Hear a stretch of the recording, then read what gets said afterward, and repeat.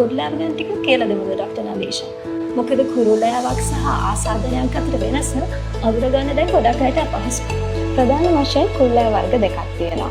ආසාදිත කුරුලෑ සහ තෙල් සහිත සමය ඇතිවන කුරුලෑ. මීට අමතරව තවත් වර්ග තියෙනවා. ඇක්නි, රොසේෂියා, පැපිල්ස් වගේ.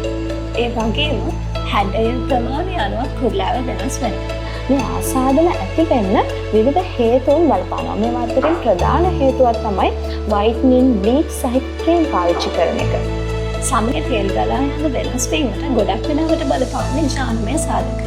ඊට අමතරව ඔයිලි ස්කින් එකක් සඳහා බලපාන්නේ ස්ට්‍රෙස් එක, ඒ වගේම ඇසිඩ් සහිත ආහාර ගැනීම වගේ. මේ ආසාදන සහිත කුරුලෑ ඇතිවන හැම ගොඩක් වෙලාවට වියලි හැම.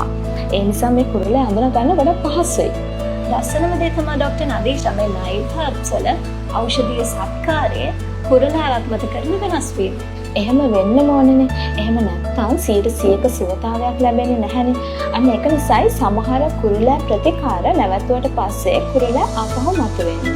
මේ බලන්න Facebook එකේ ඉඳලම කුරුලෑ සඳහා තියෙන ට්‍රීට්මන්ට්ස් වෙනස් වෙනවා. මේක තමයි මම කැමතිම ට්‍රීට්මන්ට් එක. ආසාදිත සහිත සමේ කුරුලෑ.